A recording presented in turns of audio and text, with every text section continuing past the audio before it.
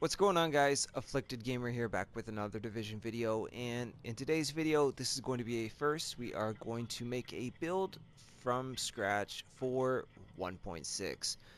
So for all of the new players that have joined the Division and are still learning about things like major and minor attributes, what they should recalibrate, what types of gear pieces to put together, things like that. We will go over those in this video. So we are going to begin. We're going to take a look at my current build. This is what I was running before it took its hit. This is Alpha Bridge, and I'm running it with the MDR, Barrett's chest piece, specialized backpack, and then the other 4 pieces. So Alpha Bridge needed to take its nerf. I was using it for about a month or two before this update. So now it is time to tear it apart and put something else together. And what I'm actually going to do is give multiple options for people that do not have the MDR or the Barrett's chest piece, because they are items that are hard to get, but hopefully a little bit easier now that when you open up your weekly assignment caches like this, you will see at the bottom exotic or by completing a legendary mode mission. So anyways, what I'm going to do is go back to one of my old and absolutely one of my most favorite gear sets in the game. So I'm also going to say this. This may not suit your playstyle. If it does not, it does not mean that the information is not good.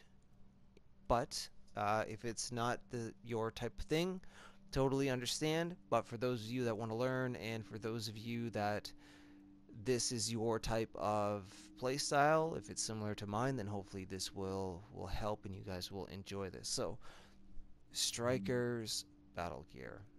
One of my most favorite pieces in the game. I'm going to do this first part as quick as possible, and then we can get right into it. So, with Striker, your 2-set bonus gives you an extra 20% stability. Your 3-set bonus is 10% enemy armor damage, and then your 4th set bonus, Striker's battle gear. Every consecutive hit deals 1% more damage, stacks up to 100%. Missing shots drops bonus by 2%. Bonus is reduced by 1% every second. So as long as you are not missing your shots, you are constantly stacking extra damage. So we're going to give this a try. Now, I am going to keep my Barrett's bulletproof vest on. If you do not have a Barrett's chest piece, there are a number of different options. One, you can obviously put a striker holster in its place if you want to. A rapid chest piece, which will help with your skill cooldowns. Vigorous, any high end that suits your playstyle, you can put in its place if you don't put the actual striker harness in its slot. Alright, now, weapons will be your choice, whether you run assault rifles or SMGs, whatever you so choose to. But let's get into the gear. So, specialized backpack, I am going to, for at the moment, keep that on.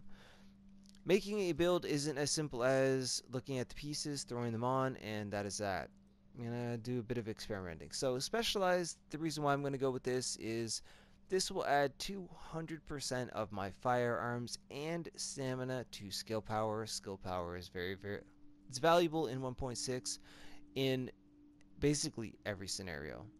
Whether you're in the incursion, the new game mode, last stand, PvP, PvE, doesn't really matter.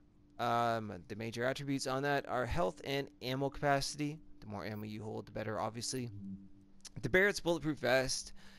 I have health on kill. I chose to re-roll actually for health on this. I needed to, or actually, sorry, stamina. Came with a nice roll of health and ammo capacity again. The health on kill I would change if I could, but it's not a bad attribute to have. Any portion of your health back is good in any scenario, so I mean, I'll settle for that for now. Alright, let's start taking this down. We're going to take a look at the different gloves that I have. So, skill haste on gloves is pretty interesting, I gotta say. That's pretty different to see that. Alright, so this pair doesn't look too bad. We've got health on kill, SMG damage, and crit hit chance. Throw those on first. The holster. Now, not the greatest, obviously. We're in the 1200s. just barely in the stamina, but it is the only striker holster that I have. The major attribute is reload speed. We are going to get rid of that. Let's see what I've got for knee pads. Now, you can get all of this gear from your weekly caches. These will drop in the open world. Wherever you get your gear, doesn't matter. I've just yanked most of my stuff out of my vault just to save time. So here's a pair of knee pads. We've got health, shock resist, burn resist, disrupt resist. We could have enemy armor damage on this or kill XP.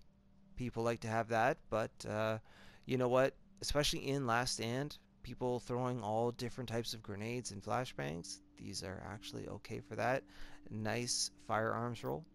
I'm going to move up to the mask. I believe I have a few striker masks. So we've got one here with crit hit chance and blind death resistance and its firearms. We have an all resistance and damage to elites at 983. We might go with that.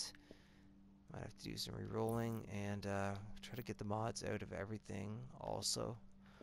So they're both in the 1100s, which is pretty low. I do find the gear seems to drop that way a lot lately, but alright. Well, no, and we do have damage to elites, which will help actually in every scenario. Even in Last Stand, there are elites to take down. So, you know what? We'll throw that one on first.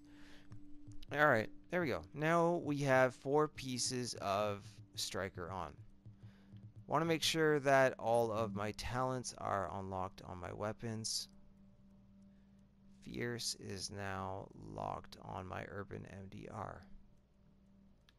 Alright, well, we can always change that later. That's no problem. Okay, so before I've done anything else to the build, I do have, other than the one talent unlocked on the MDR, all of my talents unlocked on my other weapons, which is a must, I would say. 379 toughness, that could go up, and I can make that happen. 117, almost 118 for skill power, not too bad either. Alright, so on the gloves, health on kill, I'm going to reroll for either crit damage or assault rifle damage. The reason why I'm going to do that is because either crit damage is obviously a given and very helpful, but if I do get assault rifle damage, then I can run with an assault rifle and an SMG. My other option, if I don't want to do that, is take away the SMG damage and hope for the best to get whatever weapon you want as your other gun, as your backup. So that's what we're going to do. I know some people like to use the SVD, which is actually what I may do. Run an SMG and a paratrooper SVD or a surplus SVD. So we're going to leave crit chance on there at 5%, which is not too bad. The max is 6. SMG damage is, that's right, in the middle. 4% health on kill isn't terrible. So, alright, let's hope for the best. Let's re-roll that first. Okay, so we got shotgun damage. Shotguns are very good with the striker also. That's a pretty fast way to build up the four bonus. We use that for now, and we will re-roll it again. At least with all the gear that they're throwing at us, it is pretty easy to get rid of stuff. There we go, assault rifle damage to get credits. Okay. And we also got crit hit damage. So, you know, I could stack the two. Crit damage, crit chance, which is a great option, but I'm going to go with assault rifle for now. Alright. There we go. Now, on the mask, I have all resistance and a pretty low stamina roll. So what I'm going to do is put in a stamina mod. And I'm going to use stamina and health. This all resistance, I'm going to do more experimenting with that, but so far I don't find it to be that helpful. In terms of the knee pads, it's already rolled with health. I'm not going to change anything on that except for my mods. So what I am going to use is, again, I'm going to put some stamina in there. And because I'm running Seeker Mines, I will put Seeker Mine damage in there also. So we've got Seeker Mine, Explosion, Radius. There we go. Alright, knee pads are done. The holster. This is my weak point right here. I do need to get a better one, but I'm going to try to make this work. So, reload speed, I do not need. I don't recommend that anybody needs it, to be honest. It's helpful. It's very, very helpful, obviously, to reload your guns as fast as possible so that you can start shooting again. But as a major attribute, I think I'm going to pass on that and go with health. We also got 3.5% crit chance. Alright, I'm going to put that on there for right now.